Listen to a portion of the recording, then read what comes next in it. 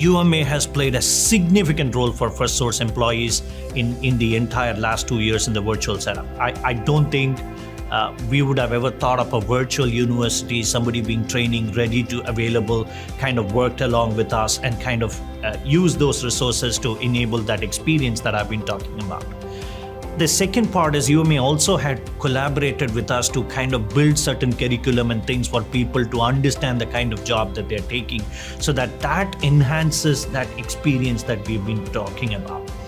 I think what we could do in the future is some of the best practices that I heard today, which others are doing, would love to partnership with UMA.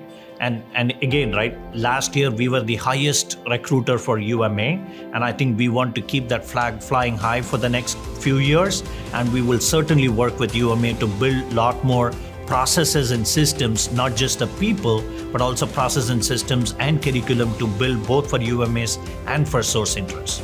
There are a couple of spaces where you guys have helped us significantly. One is the entire remote workforce on the member contact center and provider contact center. As the clients and us were prepared to go to work from home, I think you enabled us with resources, and FirstSource was able to enable with the technology for people to work from home. And I think significant portion of that contribution went into the member and provider contact center, and this is across US, right? And the second part where we helped is we do a lot of the niche skills of work, like remote patient monitoring, telehealth, and things like that, where some of the curriculums in UMA helped us to identify the right set of people into those opportunities so that people can make a difference to the customers, to the members who are calling us. I think that's where I think UMA played a significant role working along with FirstSource.